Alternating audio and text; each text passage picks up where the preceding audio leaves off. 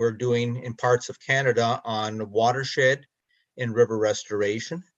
And I might emphasize that this is a condensation of a 6-day workshop series that we teach related to watershed science and the application of that science to the restoration of our watersheds and our rivers.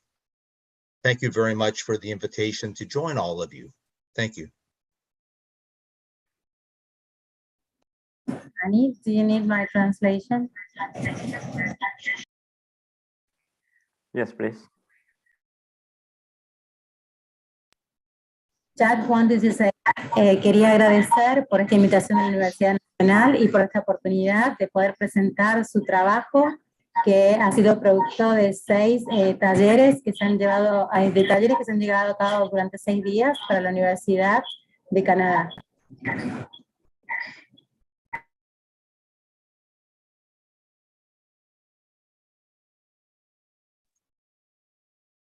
Decano, si usted quiere darle la bienvenida.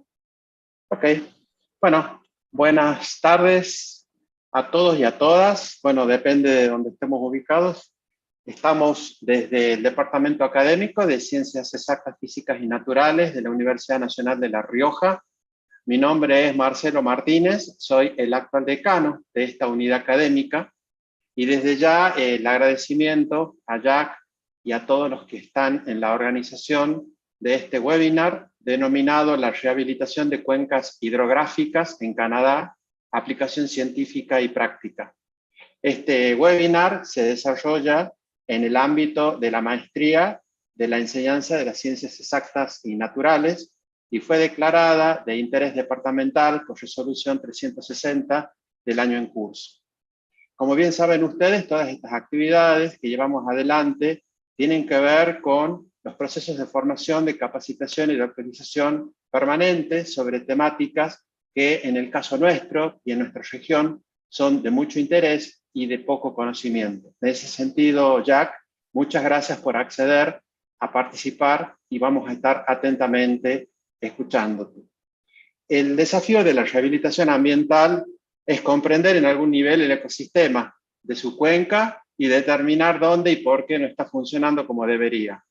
Esto requiere la comprensión y a menudo el apoyo de una variedad de disciplinas para poder diagnosticar una solución y emprender una rehabilitación significativa. Se proporcionan algunos ejemplos de una variedad de proyectos de rehabilitación y sobre esto es lo que vamos a hablar y a escuchar a Jack. Sobre Jack, Imhof es ecólogo acuático y científico de cuencas. Jack se retiró en el 2017 como biólogo nacional y director de Ecología de Conservación del Untitled de Canadá, TUC. Ha pasado más de 48 años de su vida trabajando en la restauración de ríos y de cuencas. Jack se especializa en ecología de restauración, ciencia y gestión de cuencas hidrográficas y diseño de canales naturales.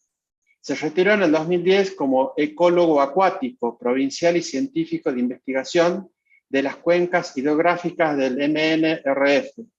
Jack ha sido profesor adjunto en las universidades de Waterloo, Guelph y Brock. Ayudó a desarrollar el enfoque de manejos de cuencas hidrográficas en Ontario, así como la iniciativa de sistemas de canales naturales. Recientemente ha ayudado a desarrollar y enseñar en el programa de capacitación de rehabilitación de cuencas y arroyos del TUC. Jack recibió el premio al pionero de la conservación, Conservation Pioneer Award, del 19 Simposio Anual de La Torna en el 2012 por sus 40 años de trabajo para mejorar la salud y la calidad de las cuencas hidrográficas de Canadá. Jack, por último, es un pescador de mosca activo durante más de 50 años y ha pescado en Canadá, en los Estados Unidos, así como también en Inglaterra, Australia y Argentina. También es quinto dan Yoshinkan Aikido. Así que, bueno, muchas gracias, Jack. Hemos hecho, obviamente, una muy breve síntesis de este currículum y reitero el agradecimiento desde la unidad académica y desde la Universidad Nacional de La Rioja, de todas las autoridades que han hecho posible esto. Muchas gracias y quedamos atentos. Ana, te doy el paso. Bueno, yo también quiero agradecer infinitamente a Jack por su colaboración con la maestría en enseñanza de ciencias exactas y naturales, y por ayudarnos a vincular científicos con docentes, y por la relevancia que tiene este tema en la enseñanza de la educación STEM, del aprendizaje basado en proyectos, basado en problemas, dado que es una temática muy interdisciplinaria, y viene bien, digamos, para aplicarla en la educación y enseñar varios temas complejos, como también para generar en los estudiantes mayor compromiso ambiental y fomentar la educación ambiental. A su vez, yo tuve la oportunidad en 2019 de conocer varios de los ambientes rehabilitados por Jack, y realmente lo felicito porque es un cambio abismal con respecto a las fotos que había de cómo eran esos ambientes y a cómo los logré ver yo. A su vez, bueno, le agradezco a todos, a la Escuela de Informática que nos está haciendo el apoyo, a los traductores, Patricia Salas y Daniel Portugal, por ayudarnos en este evento. Bueno, sin más, les decimos que bueno, van a poder ir preguntando en YouTube, y si quieren nos pueden ir comentando desde dónde se están conectando. Bueno, muchas gracias, y la presentación de Jack está grabada y subtitulada para agilizar. Así que Jack estará atento, y nosotros también iremos juntando las preguntas, y al final hacemos las preguntas. Muchas gracias, Jack.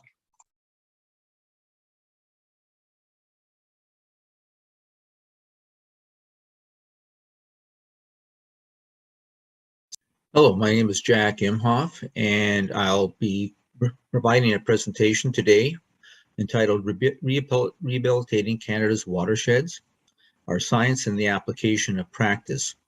So these are examples from Canada as to how some of us are approaching restoration of our watersheds, rivers, and streams. I might emphasize that much of this work is examples from Trout Unlimited Canada, and this slide deck is basically an overview of a 6-day workshop series that Trout Unlimited, with the assistance of the University of Guelph, has created in order to teach practitioners about river restoration, watershed science, and how to apply both in order to make more functional river systems and healthy watersheds. So without further ado, we'll get going on this. And I'm going to minimize myself up in the upper corner here. So my presentation outline is such. I'll be talking a little bit about our challenge, or the challenge that we face when it comes to restoration and rehabilitation. I'll talk a little bit about how I view watersheds as part of our natural infrastructure, the importance of context, and the need for context in understanding the problems we face so that we can apply the appropriate rehabilitation solutions. I'll talk about the need for an interdisciplinary approach and understanding when it comes to our watersheds and landscapes for restoration. I'll speak a bit about how we view watersheds from a broad scale to a fine scale and the importance of understanding that. A little bit about geophysical processes and life, because that's important in order to understand how the systems are functioning. And then I'll talk a little bit about rehabilitation approaches and some of the work that we've been doing, and examples of the types of work we've been doing. And finally, finish off by stressing the fact that none of this work will be accomplished unless people wish it to be accomplished, so that there's an important link between people and the environment. First of all, let's look at some terminology. I'll just stress the fact that there's two different approaches, restoration and rehabilitation. Restoration primarily is returning a natural system to its original, and in some cases, pre-settlement condition and form. However, that's very rarely successful, especially since much of our landscapes, in some cases, are permanently changed, or there are uses to it that we cannot eliminate, such as food production and so on. So in many cases, one of the things that we look at instead is looking at rehabilitation as the solution. Under rehabilitation, we're trying to modify an existing damaged system in order to restore as much healthy function and dynamic stability as possible to the system given the constraints of other uses. Those things can change. Our challenge is this, like this whole cartoon says, we have met the enemy and he is us. We are the ones that have created some of the biggest issues on our landscape, and we have to be the ones that solve them. The system will function perfectly fine without us once, but I would suspect that humanity would like to still exist on this planet, so we need to figure out how to reduce our negative impacts and restore healthy function. And we do know better. And this is another cartoon from 1947, and it's a cartoon showing this young boy in 1872 with a beautiful stream, birds flying, critters running around, little animals running around, and him with a lovely stringer of fish with a healthy stream and fish jumping in it. Now we look to 1947. The young boy is now as a grandfather, and he's talking to his grandson, saying, "When I was your age, William, a sparkling stream flowed here. What you see is the result of the destruction of the forests and the swamps." So as far back as 1947 in Canada, we understood the consequences of changing landscapes in a poor way, and we understood that this would lead to damaged systems. The trouble is we tend to forget. We have to remind people and get that information constantly in their minds to understand that our activities do have certain consequences. And the challenge, of course, and potential conflict is that managing water and water courses, landscapes is necessary, especially if we're looking at the production of food and recreation, livestock, industry, water supplies. All of these things impact natural systems in our watersheds. However, there's also value to lands and water that are not in active use. However, many people think that this is wasted land if we leave it in natural condition. It's not the case. What we're trying to do is look at our watersheds, the rivers and streams as part of our natural infrastructure. And even when we're using that landscape, we need to figure out how we manage it in a way that does not negatively impact key processes and functions that maintain life and productivity of the system.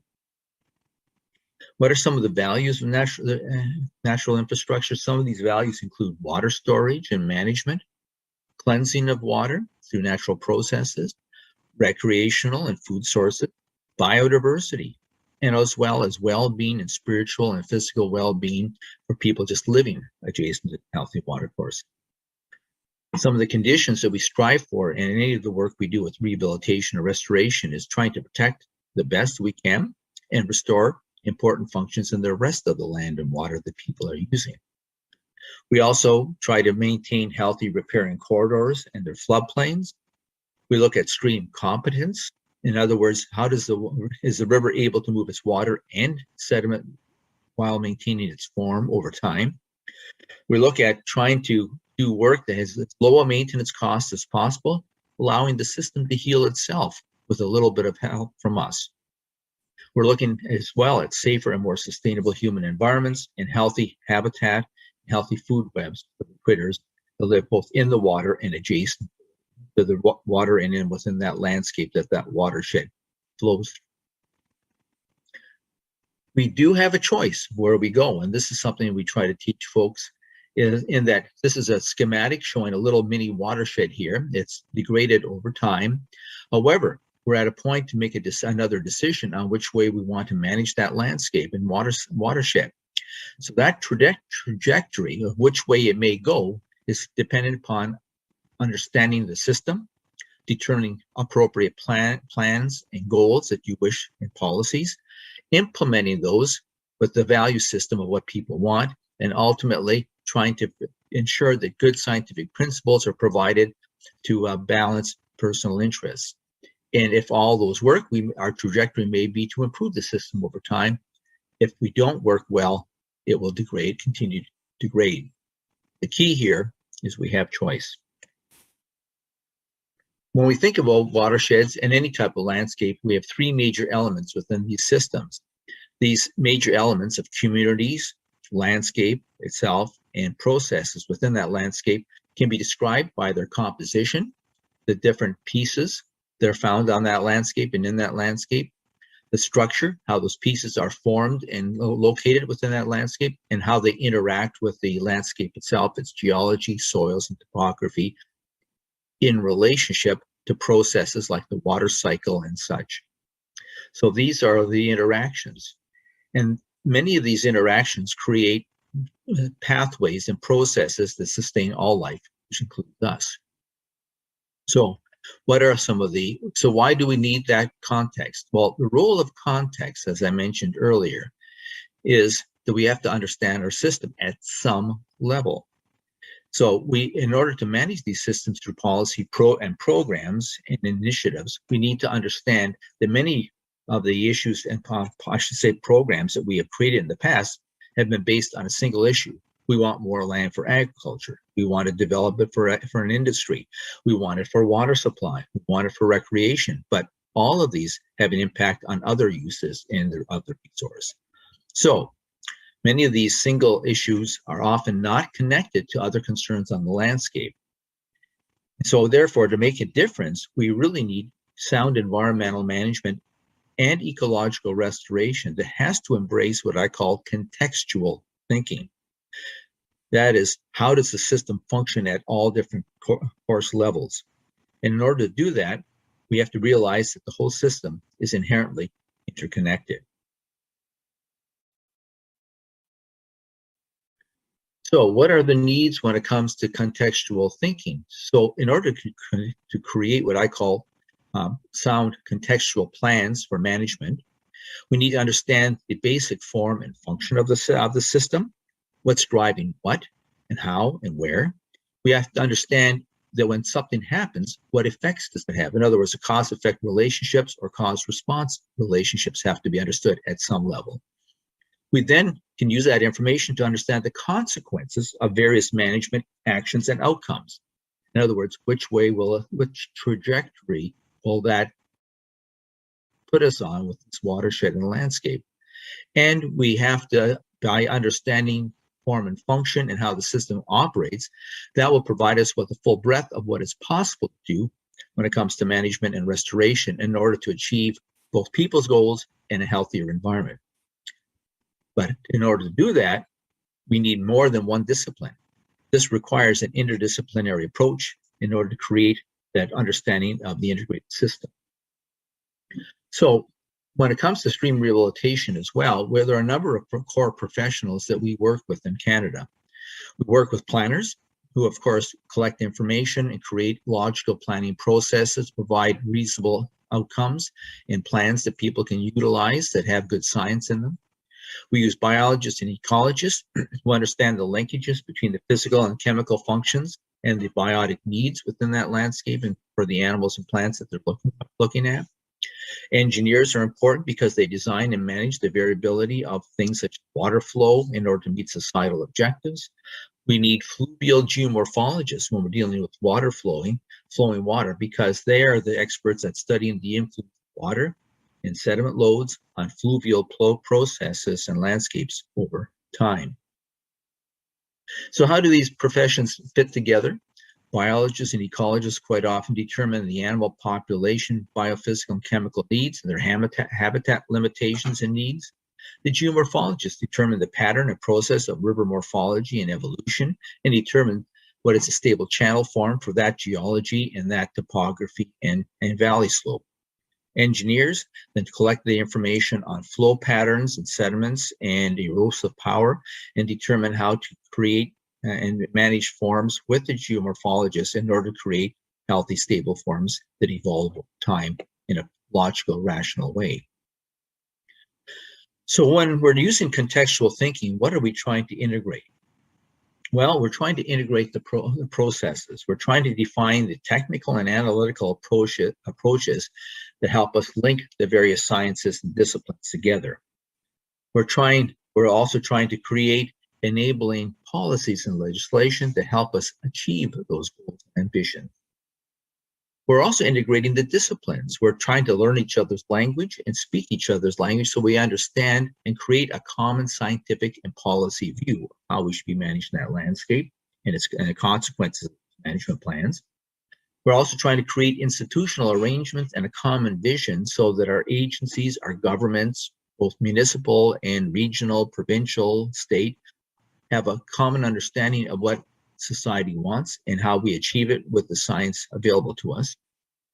And we're trying to integrate our view of the watershed by understanding how the watershed functions and providing that information to our communities. We are also engaged in social learning and helping the local folks understand consequences of different actions so that they can become vocal advocates for the things that are important to them within their landscape, their watershed. And this includes helping with community engagement and in leadership, integrating jurisdictional responsibilities, and making sure we have good policies and programs that link all this together. So we're integrating processes, we're integrating disciplines, and we're integrating our points and our viewpoint of the watershed with the communities and the agencies that deal with it. Continuing that building of context, in many cases, if this is an example of a hierarchy of a watershed from a very broad scale, large scale watershed form to valley segments of specific forms and structure to site cross sections and features at the site level. The challenge is quite often we make decisions at this scale without understanding what is creating that form at this scale. Do not understand what's happening at the broader scales above that. So it all depends on which end of the telescope you're looking at. Ideally, you look at both. In order to understand what's happening at the site, you have to work up to the watershed to look at its form and function to put into context what is happening at the reach levels and the fine scale levels, the local location where you have a problem. So building context is critical. And this is simply a quick little example of going from a broad scale to a fine scale. So in many cases, in all cases, the local geology and topography of a landscape based upon its geology, its rock and structure is modified over long geological periods of time by climate, which creates the weather and weathering patterns that over time creates glacial structures that move materials around, the weather rock creating soils, and then the annual weather patterns provide water supply at certain times of the year under certain conditions and budgets. The climate and weather influenced by geology creates a soil structure that creates the opportunities for vegetation to modify how water flows over and through the watershed by modifying the water budget. At the same time, the local geology of an area, the valley forms and the topography directs and concentrates that surface and groundwater that's managed by the vegetation interacting with its geology. And that valley segment system then generates the form and features of the site that you might be standing beside. Its specific pools, its riffles, its substrate composition, the little animals that live under the rocks, the water quality, the vegetation on the banks, and the fish that live in the stream. However, this is not in control.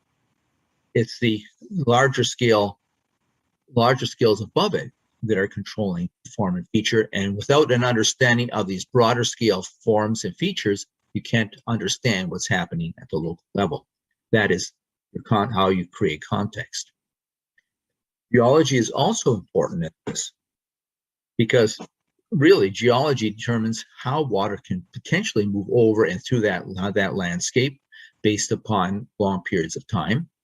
And the existing geology and how it's been modified by things such as glaciation. And also geology determines the chemical makeup of the water, whether it'll be soft water with a low pH below 7, or has sedimentary rock and has a high pH of say above 7 or alkaline. It also, the geology determines the potential for the type of sediment that may find its way eventually into rivers and streams and wetlands, and that composition and makeup. It also determines the potential location and distribution of fish communities, and I'll explain that in a moment. And also determines the opportunities that those various communities have to find life and habitat for themselves. Some of the regimes driven by geology and climate include the groundwater and surface water movement patterns within that watershed, the flow regime on an annual and seasonal and daily basis, the sediment regime, how much sediment moves down through that system and how it's collected, modified, and adjusted. It also includes the temperature regime and its characteristics, and the potential productivity and stimulative capacity of the particular watercourse and its watershed. And ultimately, it also dictates the forms of channels you will find in that location, and also the habitat characteristics and supply that those channel forms operating within that geology and climate will provide for the animals that live and plants that live there. One of the ways that I look at trying to determine understand pathways and processes within a watershed is looking at two major pathways that drive water, sediment, nutrients, and energy through the system. One of those is called the water budget or hydrologic pathway, which includes precipitation, which is your input, how much of that is evaporated or transpired through the landscape, how much of that runs off the surface over time, how much that contributes to stream flow, how much is evaporated, and how much is recharged and infiltrated.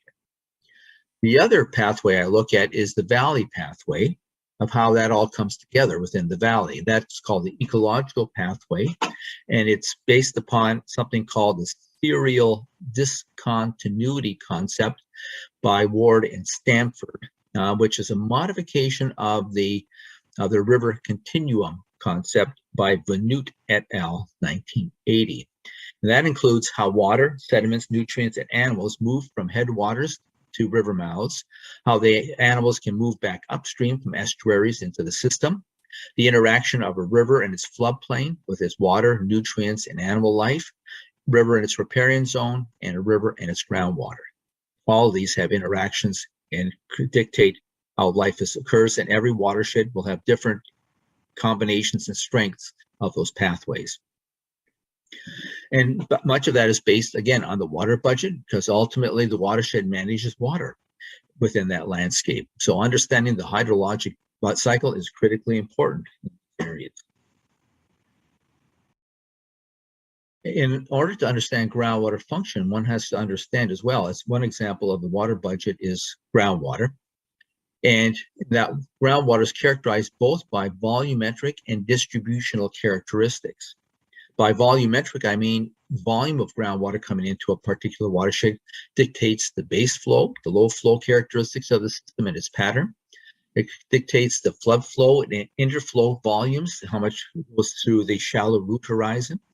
It also moderates the temperature within that watershed. The distributional aspects of groundwater influence the thermal refuges that are created by this point discharge of groundwater, both winter and summer, for different animal life.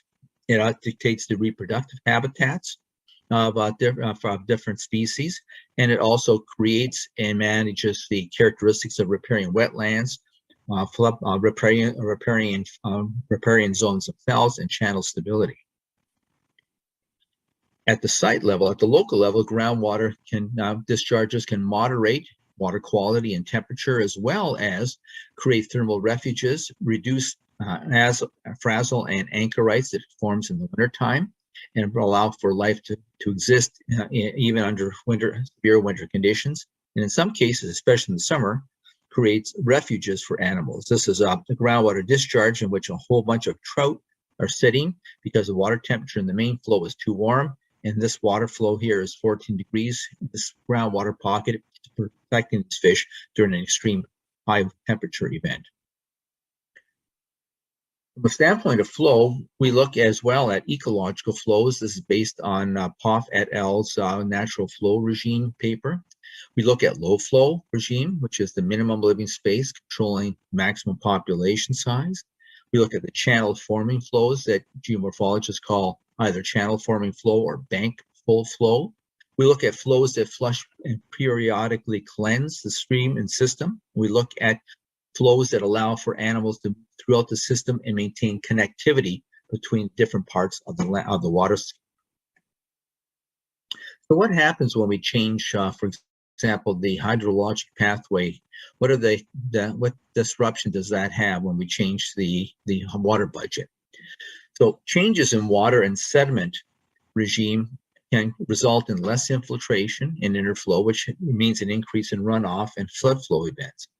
Reductions of groundwater in recharge also contribute to losses of wetlands and loss of base flow stream. If we put more water into the system than historically it had, by changing the magnitude and frequency, duration, and timing of high flows, it changes channel structure and changes their ability to move into the floodplain, the water to move into the floodplain, and also changes the geomorphology of the valley stream system, which has an impact on animal life. Ultimately, all these impacts of built infrastructure, as an example, create problems with water quality, properties along the stream, and irrigation and water supply. All these are what happens when you disrupt the hydrologic or water budget of the system. So let's look at linking physical form of landscapes to biological relationships briefly.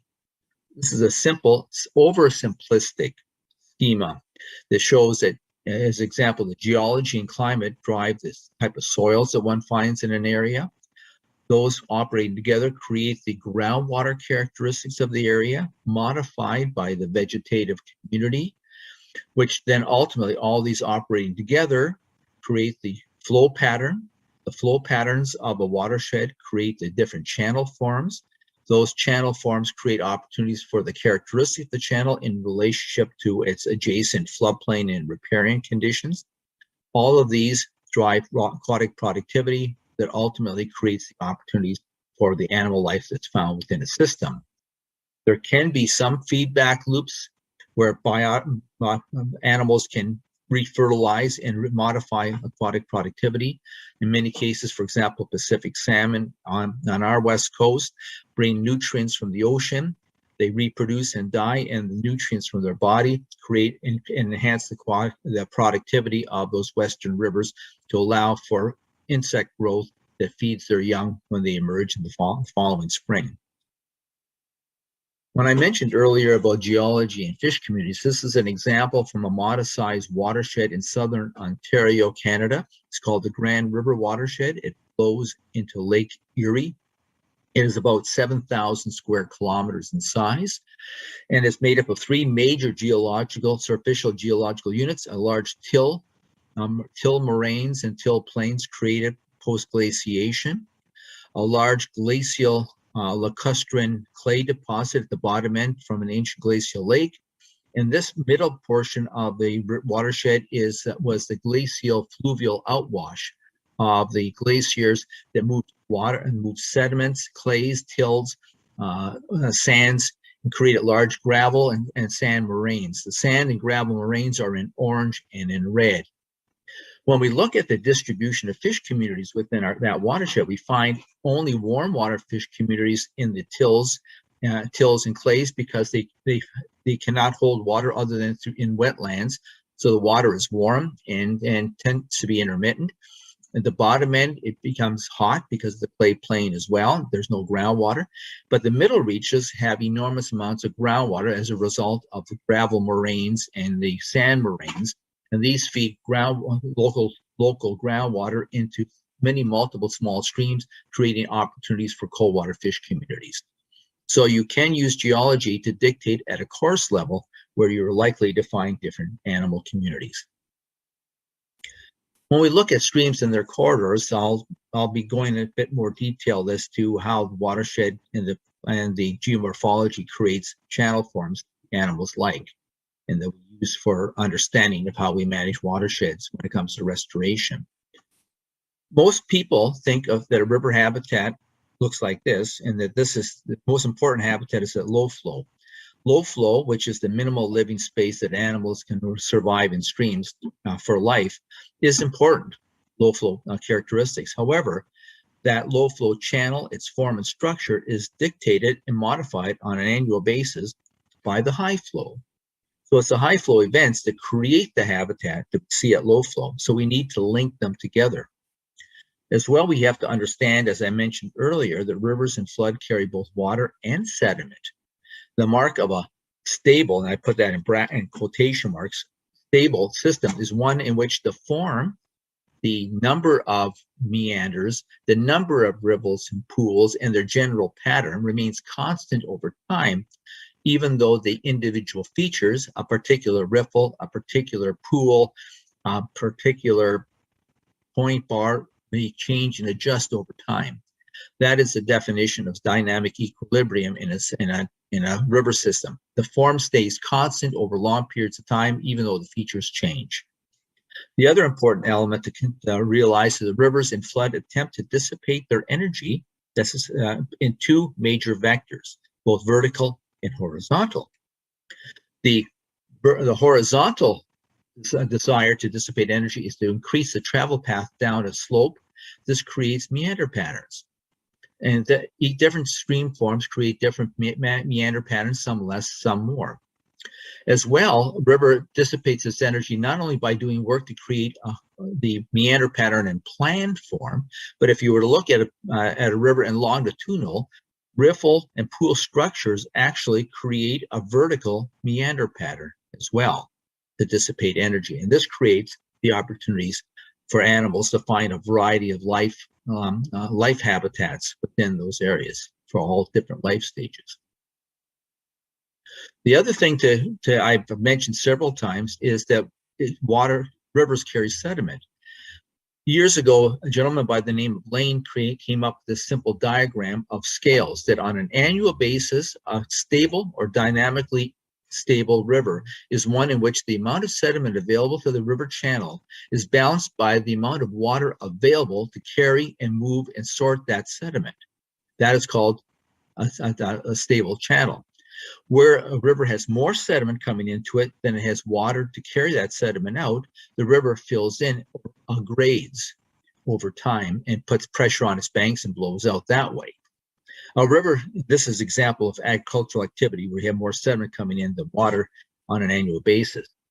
The opposite can also occur, and that's where we have less sediment, for example, in urban areas where we now create surfaces that do not allow for infiltration or absorption or evapotranspiration, such as buildings, houses, and roads. We have less sediment available but we have more water. Because more water flows off the land, the river will downcup that landscape and degrade, creating new problems for people that live adjacent to it and affecting animal life as well and water quality. So we're trying to create a balance in that scale. Also, when we look at a river from a biological standpoint, we have to link the understanding that even though a base flow is important for animal life, back here, the base flow or the low flow channel is important for animal life because it contains the minimal amount of water to allow for the maximum amount of life to survive. It's a narrowing of the ability of maximum number of animals to survive. That base flow channel is ultimately controlled by the health of the bank flow or annual flow channel. That bank flow channel, to a large degree, and its ability to be competent to move water and sediment is to a certain degree controlled by how healthy the riparian zone is. And that riparian zone is maintained by the 5 to 20-year return flow that occurs within that system, the depth of the roots and the hydrophytic plants that live there.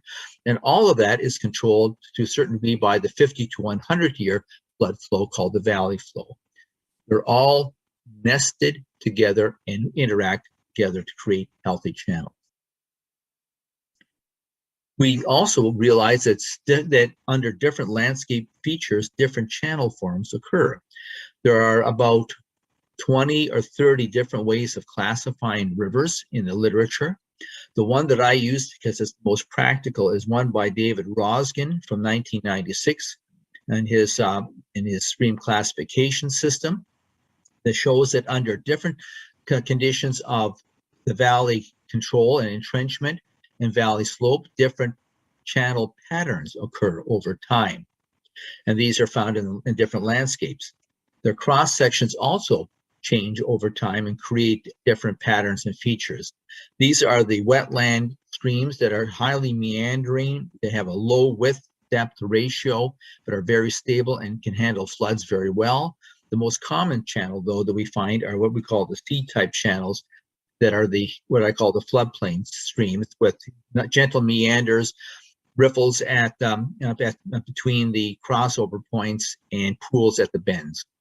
But all of these have different aspects of physics working on them and all create different patterns and different habitats. And this is why when I do restoration, my first question is, what stream form does this stream want to be within this landscape? And then how can I move it to make it, to help the stream heal itself in those circumstances? The other thing is that streams are not stochastic. They create repeating sequences. These sequences can be defined by names such as pools and riffles. The area of highest velocity down a stream channel is called thalweg. This is an example of a thalweg. And each of those can be defined. The bankful cross-section of a healthy channel also creates hydraulic geometric relationships. For example, in a C-type channel, the pattern between one pool to the next pool occurs every 5 to 7 channel widths. You can also generate the radius of curvature of the bends if you understand the bankful width to depth ratio and the meander length as well. So there's a lot of relationships that occur by understanding the stream's geomorphology. When it comes to a stream itself, though, a stream is only as healthy as the valley through which it flows. This is sort of a paraphrase from Dr. H.B.N. Hines, the ecologist who wrote in 1970, The Ecology of Running Waters. This is from his Edgardo Baldi Memorial Lecture to the International Limnological Society in 1975, where he talked about the importance of linking a stream to its valley. So these land-water linkages are critical. Healthy riparian zones encourage the river to be narrower and deeper within the context of the channel form for that particular landscape, what type of classification of channel it is. It also provides excellent, if it's narrower and deeper, it creates better channel heterogeneity, deeper pools and shallower riffles, which create greater competence for moving water and sediment and more habitat variability for the animals that live there. So riparian systems are critical to healthy rivers. And some of the other features of these riparian lands is flow management and flood flow management, managing the channel shape, maintaining that channel shape, bank stability, the capture and transformation of nutrients, and improvement of clean water, and a food source and a migration corridor and habitat for all varieties of life that are terrestrial, as well as the animal life that utilizes material that falls into the stream from the riparian area. So riparian systems are as part of the stream corridor are critical. Thinking back on that ecological pathway of how the river interacts as you go down the valley, the disruption of the ecological pathways can have major impacts. They can alter the flow pattern of the channel and its migration patterns for the animals that live in there. It all can alter in-channel processes. For example, when we change the stability of the floodplain or the riparian area, it can add more substrate, change the width to depth ratio of the channel, affect its substrate composition, degrade aquatic habitat and processes. By also altering the interaction of a river with its floodplain can change how much nutrients can be stored in the floodplain, change water chemistry, change the ability of wetlands to survive within the floodplain area. And these loss of riparian zone structures and functions can also affect the natural system as well as property owners along the system. So what are the consequences of land use change on ecological processes, such as these pathways? So when we create changes in water quality and quantity, channel health, and so on, the results can be changes in different directions for nutrient cycling, changes in the morphology of the channel, changes in the case of where it's a river and a lake system, changes in lake water storage, changes in flood flow volumes and patterns, changes in the seasonal lake levels within that watershed, changes in the temperature regime, habitat conditions, and the ability of the landscape to be connected so animals can move up and downstream and in and out of tributaries and main stems. All of these are an impact of land use change on the ecological pathways within the watershed. And some of the additional consequences are changes in channel morphology, less complexity, higher levels of fines, less complexity, which affects dissolved oxygen as well. Changes in habitat conditions, which can mean less riffles and pools, less undercut banks, less large wood debris, can affect animal life, can change the reproductive zones, and that loss of connectivity can affect the ability of animals to find refuge in reproductive zones. As well, changes in lake and seasonal levels can change spawning. Temperature regime can be affected, and that means less shading, which increases water temperature, and it changes the ability of certain animal life to survive. And ultimately, can also change nutrient cycling, which can change water quality for not only animals, but people as well. So when we look at restoration, I'll just finish off the talk looking at some of the restoration activities that we've done. That one of the things we look at is both small-scale projects. We do a lot of small-scale projects using hand tools and labor on smaller streams. These are undertaken by knowledgeable volunteers and small not-for-profit organizations, which are small in scope and extent. We also have large-scale projects which change channel form, gradients, or features. These require an interdisciplinary team because they're dealing with a lot more information, and also much more complexity. So you need engineers, geomorphologists, and biologists working together. They're over extended large sections of river and riparian areas, requiring large equipment and materials. The key, as I mentioned earlier, is I have to identify the cause of what's creating the problem. In one particular watershed, 30, 50 years before, a major highway had gone through with no sediment control. It's a low gradient stream. The stream filled in with sediment from the highway construction. It never was able to move that material out. The banks stabilized, but the vegetation that grew just choked the stream out, and eventually the stream got wider and wider and shallower. We realized that there was no more changes. Sediment was not coming in anymore from the highway. However, we had to deal with the sediment in the channel. So we went and we cut a lot of the vegetation back. We used the extra vegetation to identify where the stream wanted to flow. And we used that vegetation to build out new banks and create what we call sediment mats, so that during high flow, that vegetation captures sediment and creates banks. They can grow new banks and narrow the channel. So in this circumstance, we actually used the vegetation and the characteristics of the historical channel to help rebuild the channel, to narrow it, and to allow the stream to restore its own functions. And the response was very, very quick. Within 2 or 3 years, we had an increase in population of animals, healthier water quality, and coarse substrate riffle pool sequences all occurred.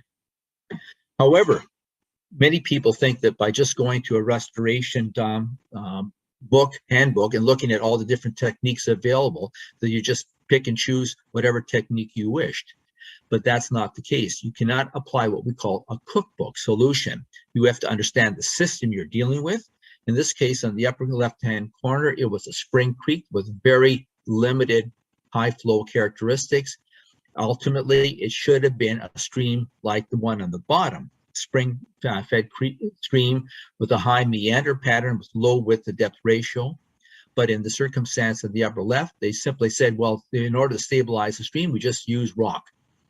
Whereas the stream in the lower right-hand corner uses vegetation to control itself. That's what E-type channels do. They use vegetation to create lower width to depth profiles. So you have to look at stream rehabilitation over longer periods of time as well. Here's an example of a stream that had had cattle access for decades. We went upstream to areas that had not had cattle for many, many years, and estimated and calculated the width and depth ratio that we needed. We came down to this section, we fenced the cattle out, we brought in material to narrow the channel to the width that the controlled section upstream wanted. We then allowed it to start to heal itself. Within the first year, the vegetation started coming back and the channel started to narrow. Within 2 years, it was started to rebuild riffles and pools. And within 20 years, it was totally renaturalized with a good forest cover. When we first went in, we electrofished and we monitored over 100 meters of the stream. We found one small fish. and maybe three different species of fish, 1 trout and 3 other little species of minnow. The following year, we had a few more, but by year 2, we had one trout per square meter with about 15 other species of minnow found in the area. And now the system's back to a highly productive system. We pushed the stream toward the direction it wanted to go for the landscape and the stream type it wanted to be, and the stream then finalized and healed itself. We also look at connectivity. This is from British Columbia. We have big time connectivity with our Pacific salmon. Here's an old railway culvert. We can't change the railway, but we can eliminate the drop structure that prevents the animals from moving into the stream, up the stream during their migration. We did this by building new riffles downstream that backwatered and created a pool that allow the animals to naturally flow up and swim up through the riffle areas and into the stream. We've done this as well in numerous locations where connectivity to a large degree on our landscapes is one of our biggest issues over and above damaged habitat and damaged stream form. And in this case, we've done a lot of this work in Alberta with putting in bottomless culverts and eliminating what we call drop culverts to allow animal life to move up and down. Not just trout, but all species of animal utilize these areas. We've also, Ontario especially, has an enormous number of old dams from our early settlement times. And these are now decrepit, but they still prevent animal life moving up and down. In these circumstances, we work with agencies, bring equipment in to rebuild natural streams. This is with the assistance of a geomorphologist and engineer. This is the day after we did the work to remove that structure. This is 1 year later, and this is 5 years later. You would never know that a dam existed there. This is the mark of good restoration and rehabilitation. You allow the stream the opportunity to heal itself, and if you do it right, it does, and maintains itself in the future. This is another on-stream dam that we removed a few years ago. This had a dam on this stream for 186 years. We tried to keep the sediments in place by only allowing the stream to cut through. This is the few months after we did the work. This is the summer after that work. The stream is renaturalizing itself. So we went from a stream that had a large shallow pond, used to be a cold water trout stream. It is now slowly returning. Within a year, it started to regrow its vegetation. There's a natural seed bank in that mud. We keep the mud in the old stream, in the old pool, in the old pond. We can just allow the stream to cut an active channel and allow the seed bank in the old mud to stabilize the rest of it and create a new floodplain. This is what it looks like 5 years later. We've also done similar work on channels in rural areas where there's parks, where people have built these stupid little rock dams. What these rock dams do is they blow the banks out, and over time, as you put more of these little mini rock dams, it makes the stream wider and wider till it no longer has a riffle pool function and no longer functions as a healthy stream. In this circumstance, we went in and used combination of something called biological engineering, bioengineering with natural living root material. And we narrowed the channel with other materials and allowed the stream to heal itself. This is 1 year after the work and 5 years after the work. The channel is now self-maintaining. We did a similar situation here. We resloped a point bar here and re-established with about 200 plants. We restabilized this channel.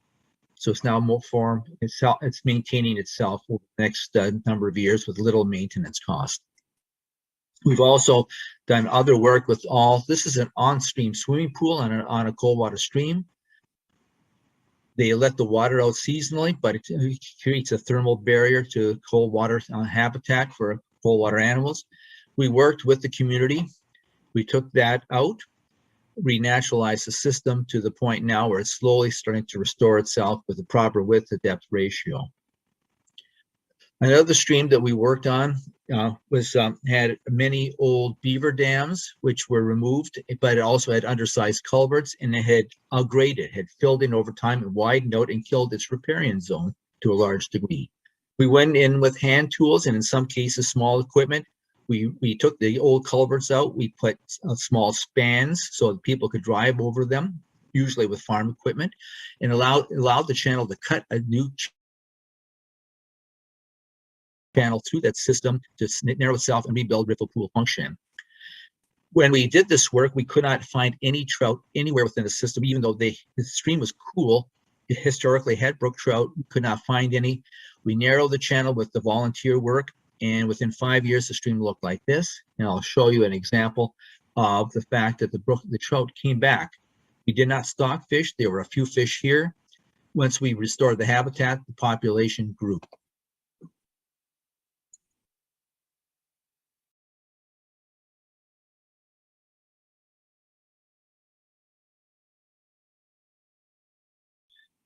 So at first you see, you think it's one fish in the pool, but you realize very quickly that there are more.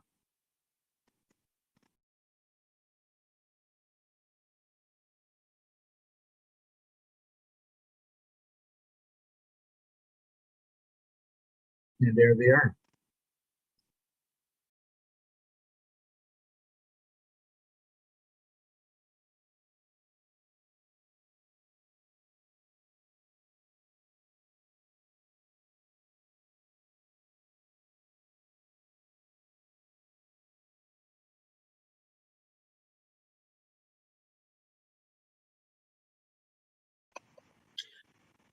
So this is the result of being successful in predicting the cause of the problem, fixing the cause, allowing the stream, helping the stream to narrow itself, rebuild its riffles and pools, and the animals restore themselves because the conditions were suitable for them again. The other thing that we found as we did this work in the channel is that by doing the work in the channel, we slightly dropped the old elevation of the water table under the floodplain that had been flooded out and where the vegetation had died back. Within 4 years, everything exploded in that riparian zone. The trees started to regrow, the wetland vegetation started to come back, wildflowers came back, and the animals came back. The terrestrial animals, not just the fish, the terrestrial animals, based upon the work we did in the channel. If you do the right job, the whole system responds. And finally, I just want to stress the importance of people. This is a quote from a friend of mine who's a volunteer with one of our watershed groups. He said, "It's not your resource, it's our resource. Those of us that live here, you, the agencies." In that regard, he was talking about the people that were hired to manage the watershed for the government. You are here to help us manage it, but it's our responsibility. And what he was saying here is that although agencies are there to look after the public resource, ultimately it's the public's resource. And we scientists don't know how to solve that problem. And this is the challenge to all of you in the education field, that the best science in the world will not do enough because our biggest problem, the environment, is in many cases, as this gentleman says here, selfishness, greed, and apathy. And to deal with those, we need a spiritual and cultural transformation based on better education and information. And in many cases, ecological and physical scientists do not know how to do that. The social scientists do. So we have to link people to the landscape. Ultimately, environmental management is about people, and rehabilitation is about people. People have to be willing to allow their systems to be restored, and they have to understand that it's in their own best interest to have these things healthy and more functional. That means we need to have sociologists, we need ecological understanding, and we need to improve our management principles and integrate our science. We have to do all of that in order to do a better job of restoring watersheds and our landscapes. In that context of understanding helps the people that live there to understand the consequence of different management actions and to be advocates for better management of their watersheds and their landscapes. We have to engage our communities.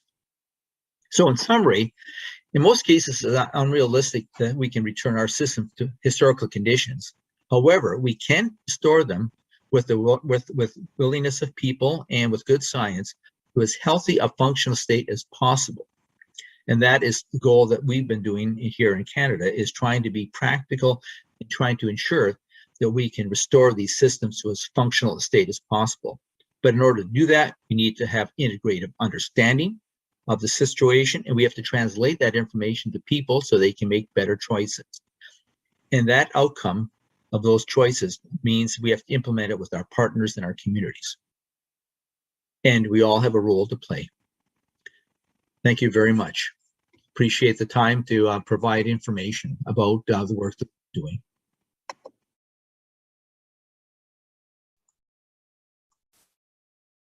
Muchas gracias, Jack, por esta excelente presentación. Y bueno, vamos a abrir a las preguntas. Así que todos aquellos que nos quieran ir haciendo consultas pueden hacerlo en el chat de YouTube. Voy a comenzar yo con una. Siempre es difícil en las zonas... o paro para la traducción, perdón. Okay. Jack. Okay. Danny, are you going? Go ahead. Sure. Thank you, Jack, for this presentation. Now we're going to have to stop for a minute, and we're going to ask the participants to ask you some questions, and I'm going to be your translator for now. Patricia is going to help me here. Okay. Thank you, Danielle. Siempre es un problema, sobre todo en aquellas zonas áridas donde el agua es central, cómo compaginar estos distintos intereses y que la gente esté dispuesta a trabajar juntos para restaurar un ambiente. ¿Cómo lo lograron ustedes? Yes, Anna wants to ask you, how is it possible, especially in arid areas? Can you hear me? Yes? Okay, in arid areas where the water is a valuable resource and it's difficult for people to understand the importance of keeping the watershed, which is at the same time useful for other activities. How did you get it? We're still working on that. In some cases, the demands for water are desperate because it's people's livelihoods. The way we try to solve it is to better, in any location, understand the water cycle. So we know where the water that falls from the sky, how it's being managed on the landscape, and where the opportunities are to provide it, to put it back in the ground to the water table, or to store it in locations where people and the resource can use it. But the first step is to know what you have to work with. Todavía Ana nos dice que todavía están trabajando, que resulta difícil poder balancear estos dos intereses. Lo primero y lo principal es trabajar con la comunidad y hacerles comprender la importancia del agua en el paisaje, en el landscape. Y bueno, y tratar de encontrar un equilibrio para ver en qué áreas se puede trabajar, por ejemplo, con el ganado, para tratar de mantener las condiciones del paisaje, para tratar de mantener las cuencas. Gracias. Voy a leer una pregunta del público. Vanessa comenta que la presentación también muestra que es posible una interacción humana positiva y dice que lo ve buenísimo. Okay. Anna is going to read some comments in YouTube. Vanessa said that the presentation also shows how a positive human interaction is possible in the environment. That's very good. There is hope. Todavía hay esperanzas.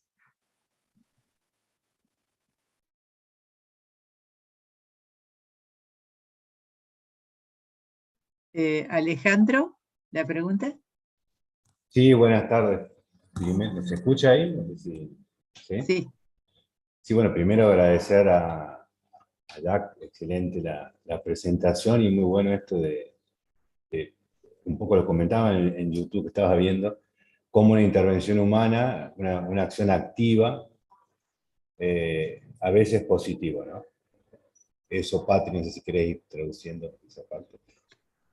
Alejandro wants to mention that it's when he was looking at the presentation, he could see how it is also possible, what Daniel also said and Vanessa said, that there is a positive interaction with the human work.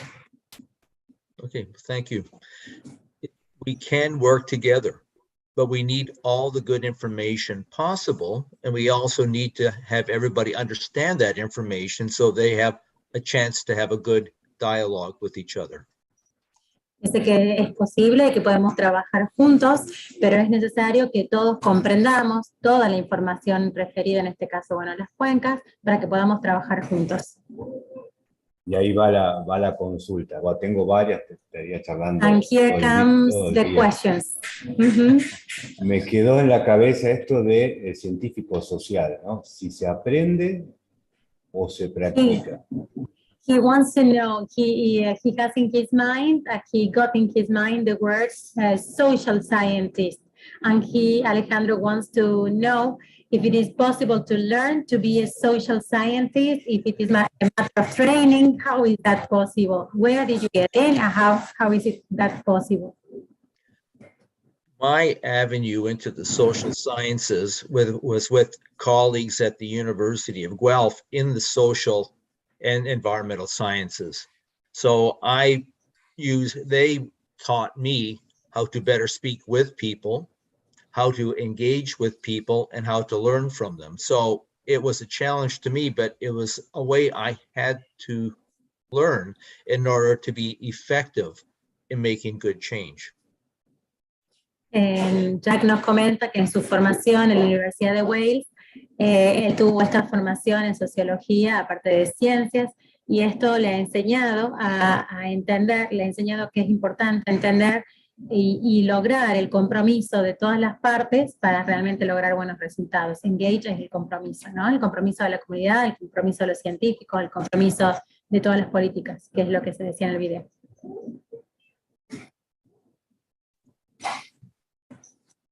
Bueno, hay mucha gente agradeciendo, dice que está excelente, que es muy inspiradora y demás.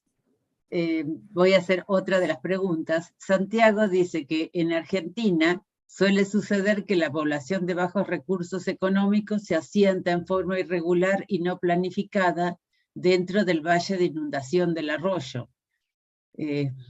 ¿Cómo manejar esto? No pone la pregunta, eso lo agrego yo, ¿no?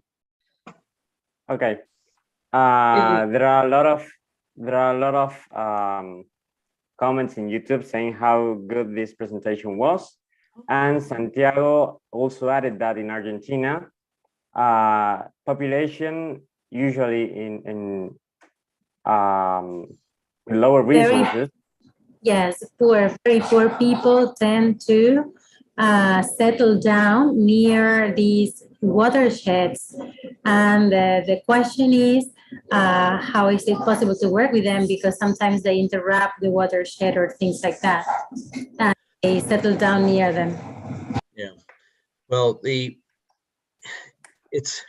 is a challenge because people feel threatened, especially they feel threatened that you are going to tell them that they can't do something, which they've been doing for many years.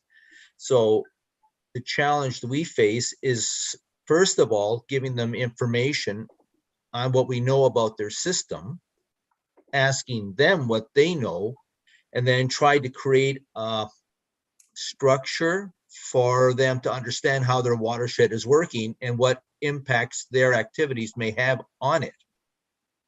That is a beginning. After that, then we can have a dialogue on how we can solve problems that they may be facing. Ok, dice que la solución a este problema es comunicarse con esa gente y explicarles cómo sirve la estructura de estos arroyos, de estas zonas de inundación, y a partir de eso se puede quizás lograr una solución al problema. Siempre sobre la base del diálogo, ¿no? Es importante que él constantemente remarca la importancia de dialogar con las partes involucradas. Otra de las consultas, en este caso Lorena, dice que el tema es que los gobiernos no quieren invertir en hacer lugar a algo ecológico. Yo agregaría cómo convencer a los gobiernos. Obviamente que el voto es una forma, pero cómo hacer como ciudadanos que logremos que presenten propuestas o que ayuden con eso. Okay. Lorena says that there is an issue with the government. The government usually doesn't want to invest in an ecological site. And Anna adds to that comment that she asked, how can you work with that? How can you solve that problem? Well, that is a challenge because for many years I worked as a civil servant in the Ontario government. And as a professional, we made recommendations that politicians often did not listen to. The way we slowly changed that was by informing local communities that had issues and having them then demand that the politicians do something about that. The way we call that is working both ends to the middle. We worked by providing the best information to local people, so they demanded their governments do something rather than us as scientists telling them what they needed to do. Governments lead by following. Thank you. Yeah. Jack dice que en su tiempo también tuvo, que eso es un desafío, porque él también tuvo problemas en situaciones en las que ellos hacían recomendaciones que el gobierno no seguía. Por lo tanto, aprendieron a que la mejor forma en realidad es instruir a la población, instruir a la gente, y que a partir de eso la gente lo que haga es demandar que el gobierno que los representa siga estas recomendaciones para lograr un sitio ecológico. Entonces, él dice que los gobiernos solo gobiernan si se los siguen, son representantes. Can I ask, we are facing a big crisis here in Canada, in our west coast, on British Columbia, with massive flooding that followed massive forest fires. And unfortunately, this was all predicted, but the politicians did very little. And now, well, at least we have some examples of what will happen if they do not act. We will see now whether or not that provincial government does something about it. Jack dice que en la actualidad ellos también están enfrentándose a un gran problema, que es que en British Columbia se encuentran bajo incendios los bosques, y el gobierno ya sabía de esa posible situación y sin embargo decidieron no acatar recomendaciones, no hicieron básicamente nada. Entonces, lo que dice es que habría que ver si ahora ese mismo gobierno hace lo necesario para solucionar el problema o si se acatará las consecuencias del problema. Justo la pregunta que iba a hacer es con ese tema. César dice que genial estuvo la presentación y pregunta cómo vincular los regímenes de perturbación como los incendios forestales con la gestión de cuencas hidrográficas. Aquí también hay muchos problemas en ese sentido. Okay, another participant who was watching us through YouTube said that, well, the presentation was fantastic, and he wanted to ask you, what's the connection, what's the link between the watersheds and the fires? So it was rightly connected, as it said. Okay. There's a number of connections. First of all, forests are one of the major engines of the water cycle. Depending upon the latitude, I'll use our latitude because I'm most familiar, that on an annual basis, about 60 to 70% of the annual precipitation is evapotranspirated back up into the atmosphere through forest. Then the remainder is utilized by the landscape. When you deforest, number of things happen. You want to translate that first and then I'll continue? Here. Jack quiere remarcar que existe un ciclo del agua al que tenemos que prestarle muchísima atención. Es importante prestarle atención también a la latitud, bueno, como decía el video, al contexto, y tener en cuenta que hay un índice de precipitación anual que es cerca del 60 al 70%, que se ve modificado cuando se realizan deforestaciones. Entonces ese índice decrece. When you lose forest cover through very extensive deforestation, you change the water cycle. You also Cuando hay una extensiva deforestación, este ciclo del agua decae en gran medida. Right. So that can lead to drought because you have water running off rather than being stored in the landscape and being managed by the forest. As well. Ok. Dice que todo ese problema puede llevar a las sequías debido a que no hay árboles, debido a que el ciclo del agua se ha cambiado. Se ve modificado, exacto, por la deforestación. I just might finish by saying that as well, forest practices can affect the ability of the forest to hold soils in place. So when you lose forest structure, the landscape heats up and also has more material that can burn. So that's where you have the fires. After the fires, there's no roots left to hold the soil. And when you have heavy rains, everything runs off and you have more severe floods and landslides.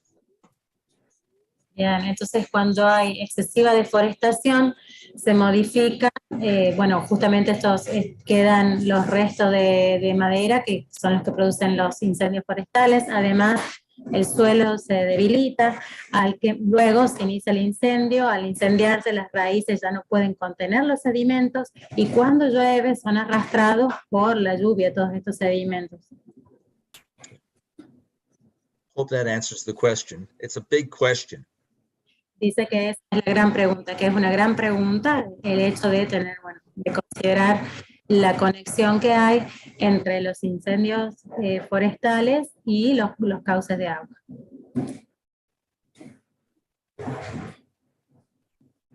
Sí, hay muchas personas agradeciendo la charla y comentando la importancia de la educación. Recuerden que estamos, justamente ya que está hablando, en la maestría en enseñanza de ciencias, así que todos aquellos docentes vean lo importante que es incluirlo en nuestro currículum y tratar este tema, porque investigar junto con los chicos, que aprendan a conocer dónde están los disturbios y qué tipo de soluciones podrían darse. Bueno, después sigo con las preguntas.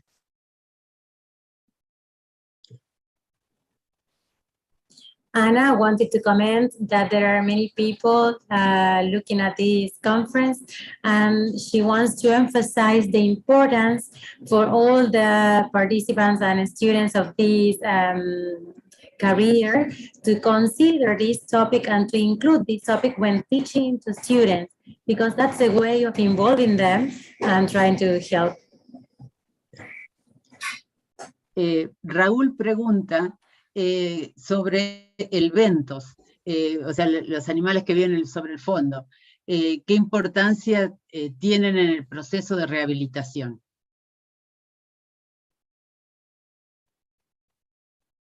Raúl wants to know about the animals that live there. How important are they for the process of rehabilitation?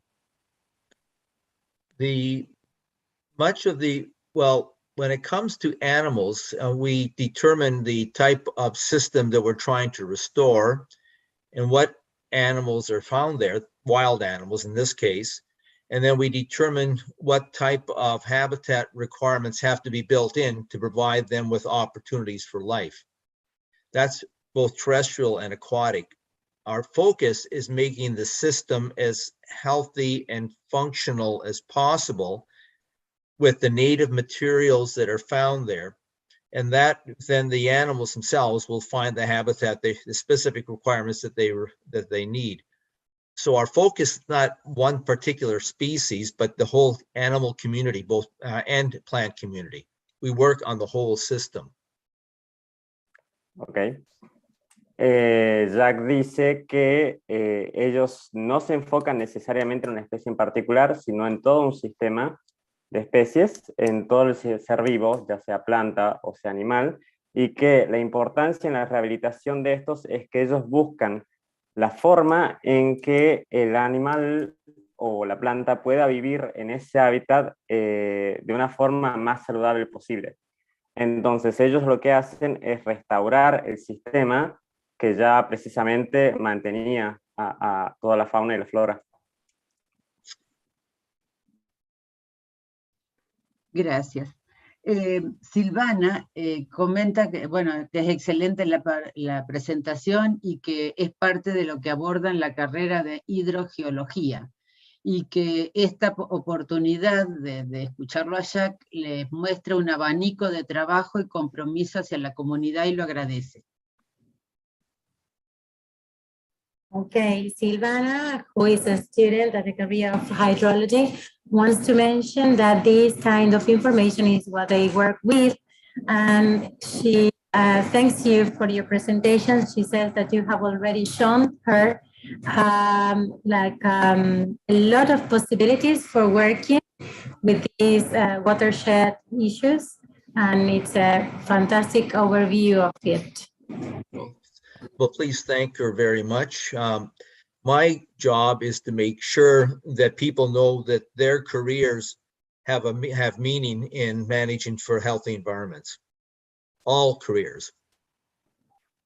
Jack quiere decirles que, bueno, que su trabajo es mostrar y de alguna manera resaltar cómo las diferentes carreras pueden hacer un trabajo significativo para contribuir con el cuidado del ambiente. Gracias. Edgardo, bueno, comenta varias cosas, dice que está comenzando un proyecto de restauración de ribera, articulando con distintos actores sociales, privados y públicos en Tucumán. Si querés traducirle esa parte, después hago el resto de Edgardo. Okay. Edgardo has made many comments in YouTube. One of them says that he has started a project on restoration of banks together with other actors, social actors, and well, the private sector and the government in Tucumán, a province in Argentina. Continúo, del mismo comentario de Edgardo.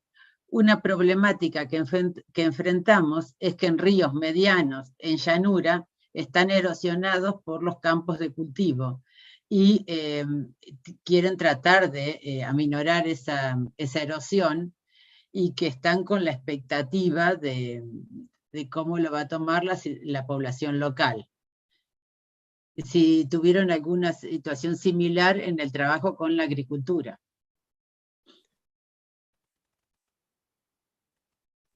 Okay.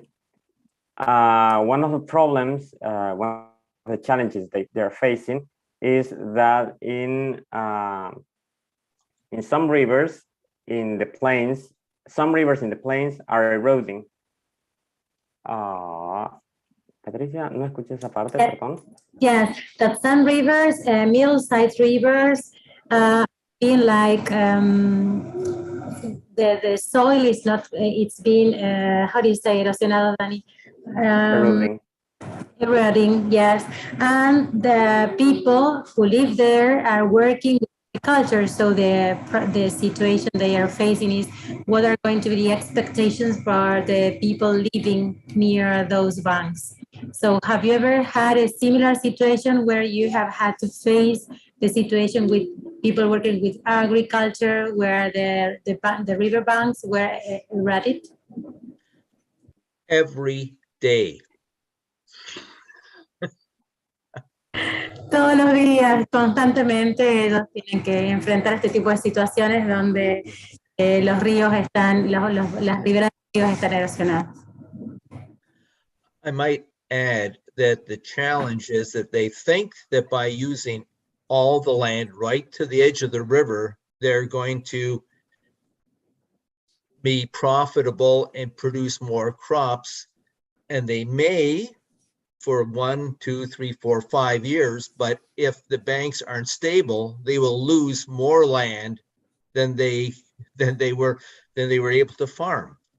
The challenge is determining how much land to set aside. Sometimes in a medium-sized river, it's 10 meters to allow roots to grow that stabilize the bank and stops the erosion from damaging the rest of their fields. Muchas veces la gente piensa que tomando toda la ribera del río va a generarles, y así sucede los primeros años, les va a generar mejores producciones, ¿no?, en la agricultura, pero con el tiempo esto en realidad destruye el total del cauce del río. Entonces lo óptimo es tratar de hacerles comprender la importancia de restaurar la ribera, los bancos del río, para que se recuperen estos cauces de agua, porque si no, puede ser que, como dije, los primeros 5 años funcione, pero luego el daño va a ser muchísimo mayor. Otra pregunta. Lorena habla sobre el problema de la zona hídrica del río Paraná, desde Paraguay hasta la desembocadura en el río de la Plata en Buenos Aires, que está con una sequía muy importante. Yo le agrego que es una de las principales cuencas de la Argentina, de las más grandes, ¿no? El calado es muy bajo para los... Hasta ahí, Ani. Up to there, Lorena wants to comment you and to ask you if you know the situation we are living in Argentina with hydric area in the Paraná River that goes up to Buenos Aires, where there was a high level of drought. Did you know about it? No. No. Well, these last 2 years, it was the worst drought in many years in Argentina. Continuamos. Bueno, el calado, o sea, es una hidrovía que circulan muchos buques, y el calado es muy bajo para el transporte actualmente por la gran sequía. Pero recordarles que esa zona tuvo incendios. This river, the Paraná River, is used to commercialize products by ship.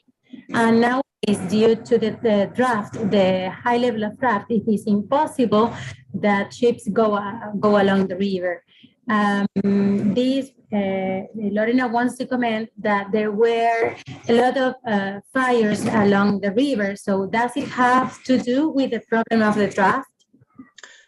It could, but one has to look at the entire watershed of that entire system to determine what land use practices have happened on the whole river, or the whole watershed, that have contributed to the limitation of water during the low water periods.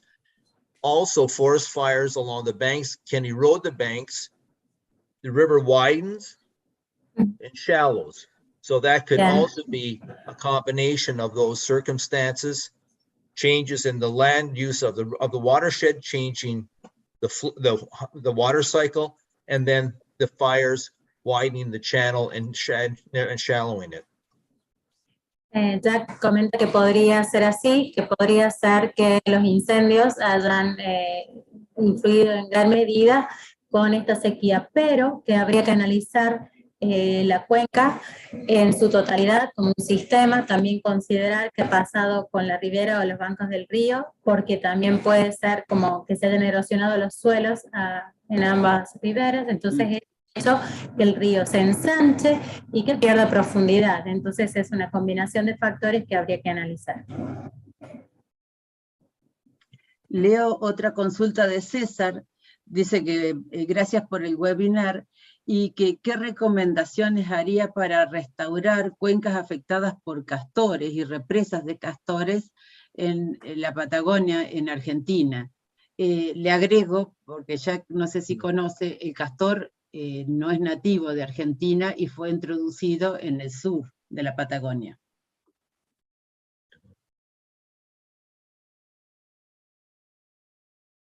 Dani, you come in, or may I?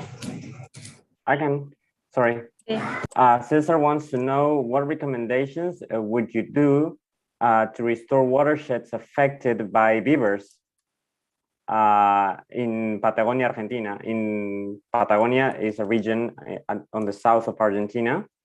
Nana asked that question that the beaver is not a native species in Argentina. It was introduced a few years ago. What I would do with both that. It's funny because in Canada, especially in the province of Alberta, we're trying to reintroduce beaver to the landscape because they help to store more water at the base of the mountains, which gives us higher base flows in the summer and provides more water in the summer. And they also moderate flood flows. I'm not sure if that's a bad thing. So in more arid areas, especially adjacent close to mountains, beavers might actually benefit you even though they're not a native species to your area.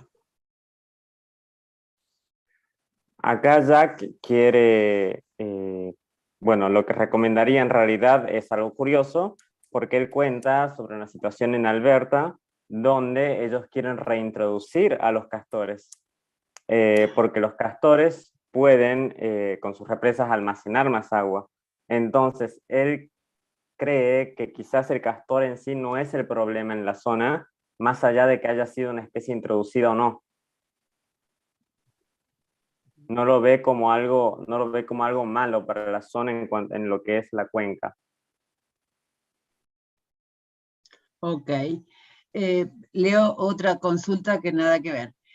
Marisa Orellana dice que gracias por la información de lo que puede suceder en las cuencas de los ríos y los peligros para la población que vive cerca de ellos. Marisa.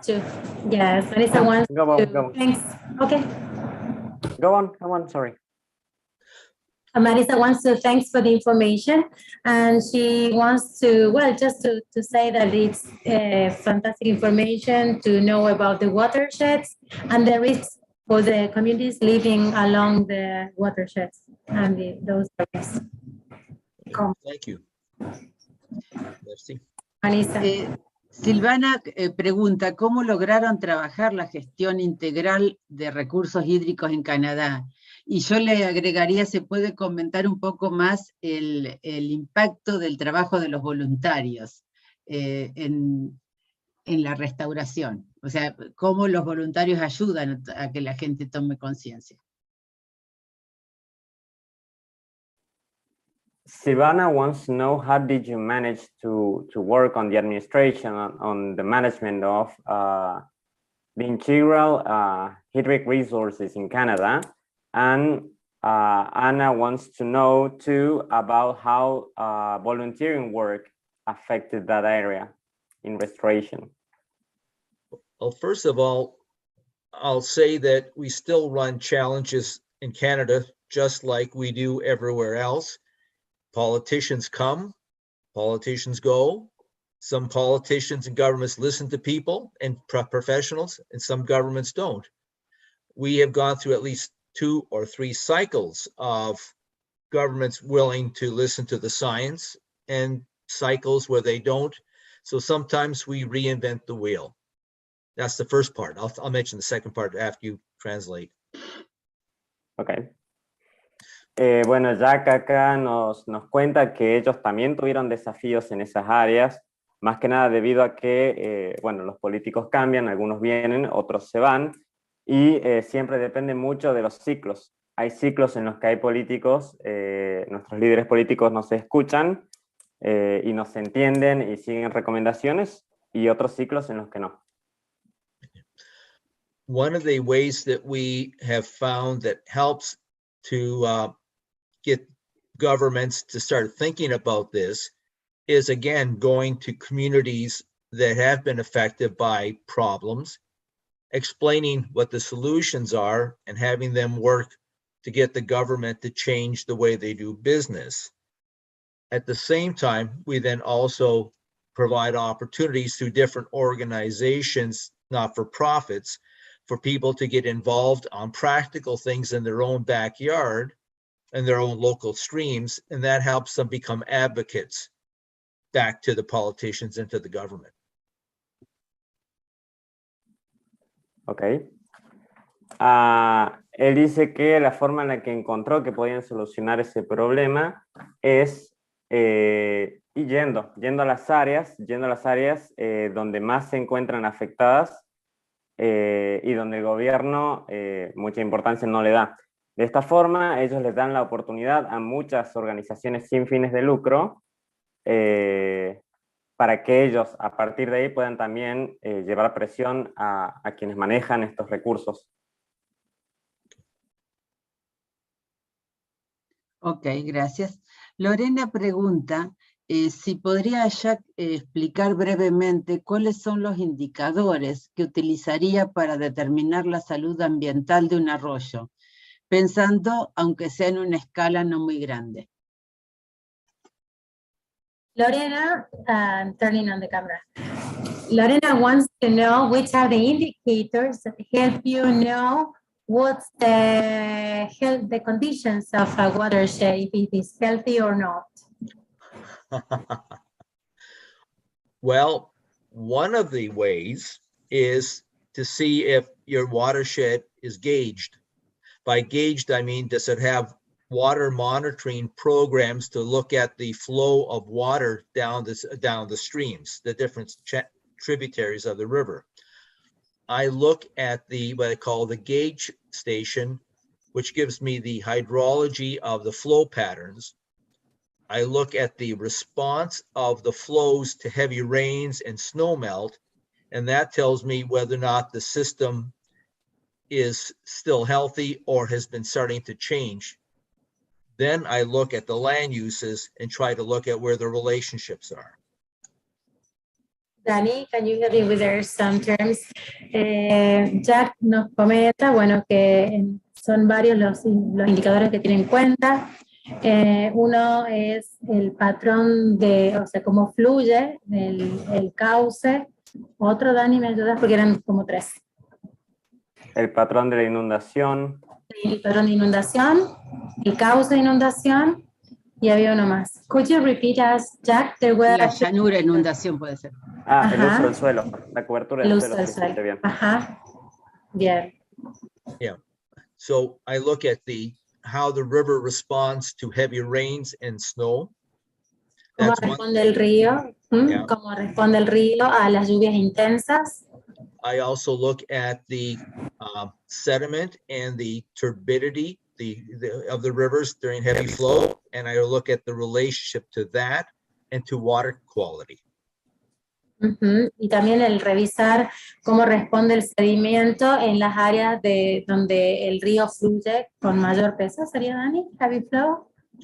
Fluye en mayor medida. And finally, I then look at the animals that live in the stream, the benthics, the macroinvertebrates, and the fish, and see if there is any baseline information to compare the past to the present.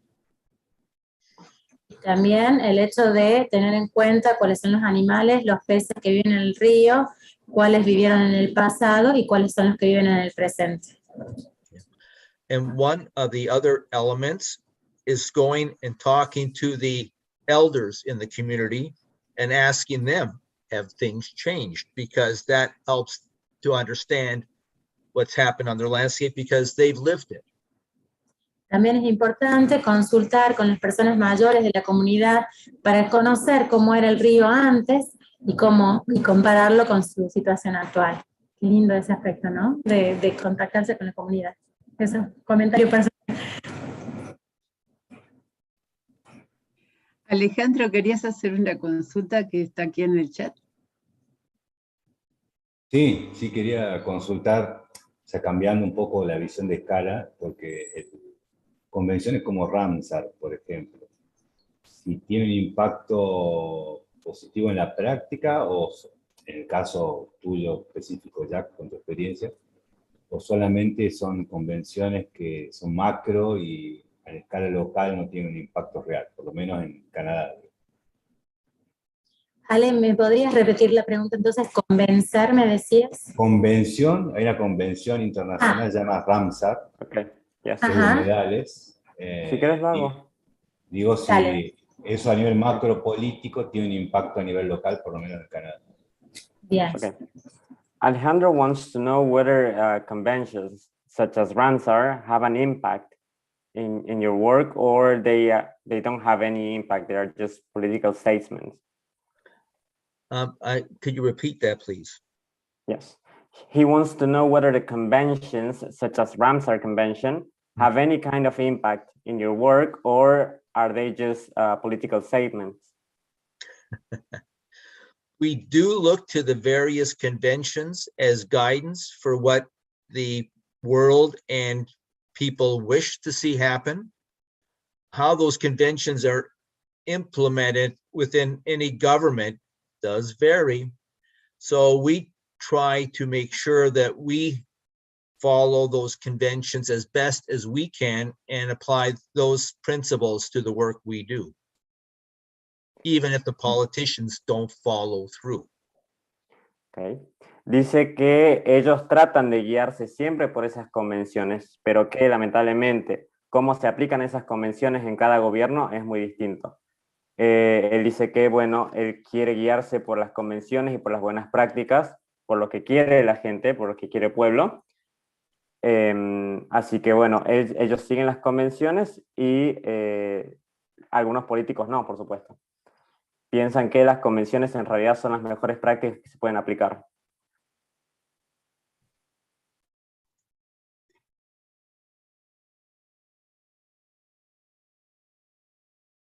Ale, ¿querías repreguntar o sigo con las preguntas? No, excelente. Era por una cuestión esta de cómo lo macro a veces en lo micro no tiene impacto, ¿no? Pero respondió perfecto. Lorena consulta qué tipo de rocas recomendaría para que genere minerales. No sé si se refiere a minerales o quizás sedimento. Lorena wants to know what kind of rocks or stones would you recommend to generate minerals to the watershed. And added, if she instead of saying minerals, she wanted to say sediments. What type of sediments? I'm not quite sure I understand the question. Yes, the question is, what kind of rocks would you recommend to work with the river, with the watersheds, to improve the sediments or the minerals? Well, it may sound simple, but I look at what the geology of the area provides, because the rocks and the sediments that are found in the river are a product of the local geology. If the local geology is mostly sands, then the river will have mostly sands. If the geology is a mixture of glacial materials with gravels, sands, and cobbles, then the riverbed, those are the materials I would work with. I try to let the geology tell me the types of sediments that should be in the river. Bien, en este punto es el momento en que entra a trabajar la geología, el área de la geología. Entonces consultaría con los especialistas de la geología para saber cuáles son las características geológicas del lugar, de esa cuenca hídrica. Entonces, dependiendo de esos estudios, bueno, sobre qué material predomina, pues trataría de agregar más material de ese mismo, ¿no? De respetar la geología local de esa cuenca hídrica. Jack también dice que él en realidad parecerá medio simple, pero lo que ya está ahí trata de seguir agregando. En todo caso, claro, sería la característica aumentar natural. lo que ya existe. No introducir otro tipo de rocas, sino trabajar con lo que se tiene y aumentar en ese sentido. Gracias. Bueno, hay muchísima gente agradeciendo la charla, la importancia, agradeciendo a los organizadores, la oportunidad de escucharlo a Jack, incluso a los traductores, bueno, a mí por las preguntas, así que bueno, están todos contentos. Vamos a ir cerrando, si queda alguna pregunta. Traduzco, disculpen. Anna said that there are many people watching the presentation and they are participating. Thanking you for your participation, for all the people working with you here today. I'm thanking you for the topics you are introducing them. It was my privilege. And I thank you very much for inviting me to participate. Jack nos dice que fue su privilegio el haber estado acá y gracias por permitirle participar.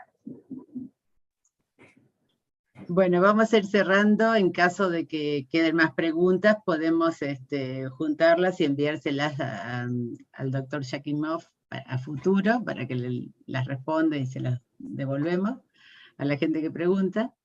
Y bueno, finalmente queremos agradecer muchísimo la presencia de Jack. Lamentablemente no está en forma presencial, esperemos que todo esto se arregle y podamos movernos y tenerlo con nosotros aquí. We're getting to the end, we're getting closer to the end.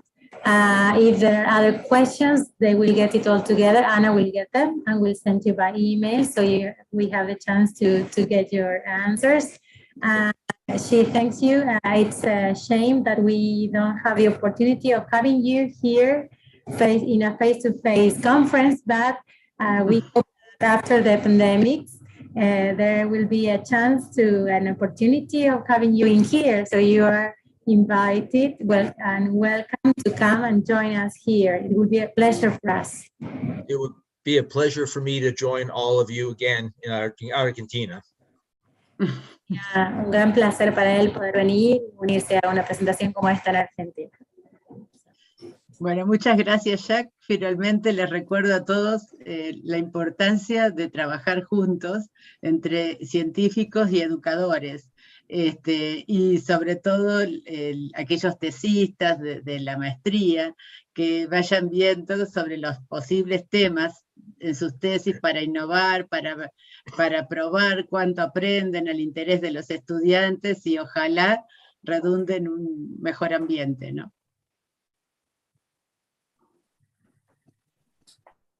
Well, Anna wants to thank all the participants and suggest all the students from this career to consider these topics for the thesis, for the final works, as a way of contributing to the care of the environment. Let's try to innovate. Let's try to find solutions. And well, that was all.